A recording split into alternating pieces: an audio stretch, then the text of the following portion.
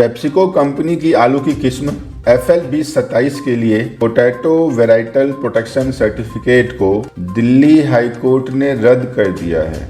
इसे किसानों के लिए एक बड़ी जीत के रूप में देखा जा रहा है। एग्रीकल्चर टुमारो चैनल पर मैं शिशिर रंजन आपका स्वागत करता हूं। हम आपको कृषि की दुनिया में होने वाली सभी नवीनतम समाचार का अपडेट देते हैं। आज हम किसानों के एक बहुत बड़ी जीत की खबर आपके लिए लेके आए हैं।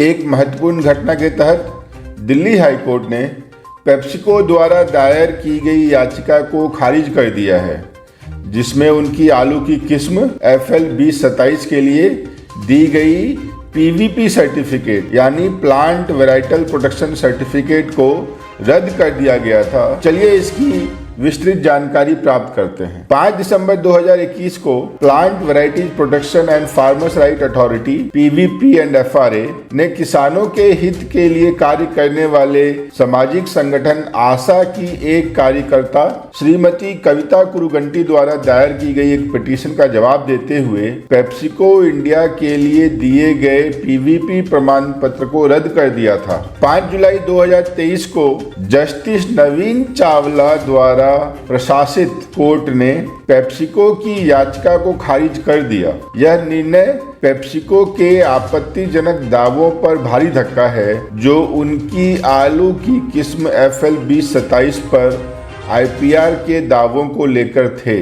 कृषि संगठन आशा के प्रतिनिधि के रूप में कविता कुरुगंटी ने अपने निर्णय पर खुशी व्यक्त की है।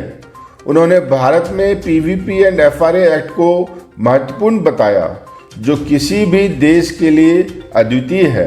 PVP एंड FRA अधिनियम के अनुसार किसानों को विभिन्न अधिकार प्राप्त होते हैं, जिनमें अपने द्वारा उगाए गए फसल के बीज को अगले सीजन के लिए बचा के रखने, उपयोग करने, दोबारा बोने, दूसरे किसानों के साथ विनिमय करने, साझा करने या बिना ब्रांडिंग किए हुए अपने कृषि उत्पाद को बेचने का अधिकार होता है। यह अधिनियम भारत की विश्व व्यापार संगठन यानी WTO के GATT समझौतों के तहत है। इस निर्णय के आधार कुछ कारकों पर रखा गया, जिसमें पेप्सिको इंडिया होल्डिंग्स द्वारा दी गई गलत जानकारी भी शामिल है। कंपनी ने अपने पोटैटो वैरायटी को नया वैरायटी के रूप में चिन्हित किया था, जबकि यह एक ऐसी वैरायटी है जो देश में पहले से मौजूद है। इसके अलावा अदालत ने पेप्सिको द्वारा दायर किए गए निर्धारित प्रावधानों के तहत गलत दस्तावेजों को जमा करने और पात्रता मानदंड को पूरा नहीं करने पर ध्यान दिया। अदालत ने पेप्सिको द्वारा गुजरात में किसानों पर गलत तरीके से मुकदमा चलाने की जनहित याचिका को संबोधित नहीं किया। इस पर कविता कुरुगंटी ने निराशा व्यक्त की। हालांकि कोर्ट ने इस बात पर जोर दिया कि किसानों के उत्पीड़न को प्राधिकरण ने अपने दिसंबर 2021 के आदेश में मान्यता दी थी।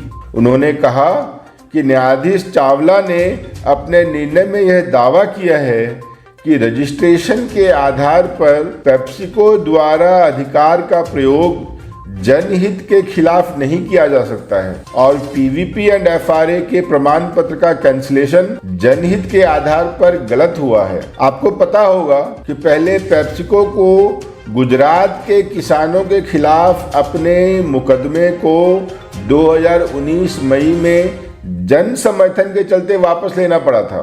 दूसरा यह कि 2021 के दिसंबर में उनका प्रमाण पत्र भी रद्द हुआ था और अब दिल्ली हाई कोर्ट ने पेप्सिको की याचिका को खारिज कर दिया है।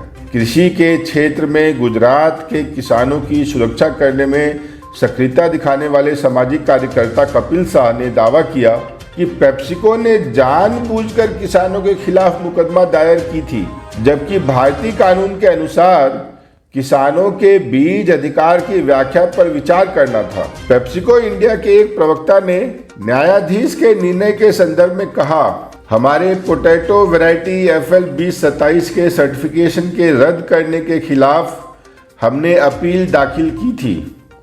इस अपील में कई आधार थे और दिल्ली हाई कोर्ट ने मुख्य रूप से आवेदन और अन्य सहायक दस्तावेजों में प्रक्रियात्मक दोषों के कारण अपील को 5 जुलाई 2023 को खारिज कर दिया है।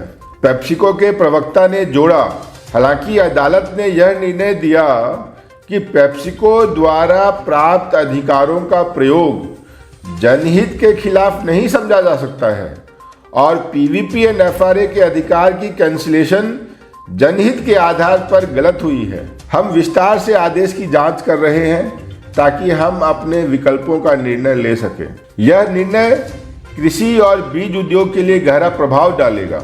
न्यायालय का फैसला किसानों के अधिकारों की सुरक्षा और जनहित के सिद्धांतों को मजबूरी से बनाए रखने की पुष्टि करता है। हमारे चैनल पर बने रहने के लिए धन्यवाद। हमारी चैनल को कृपया लाइक और सब्सक्राइब अवश्य करें।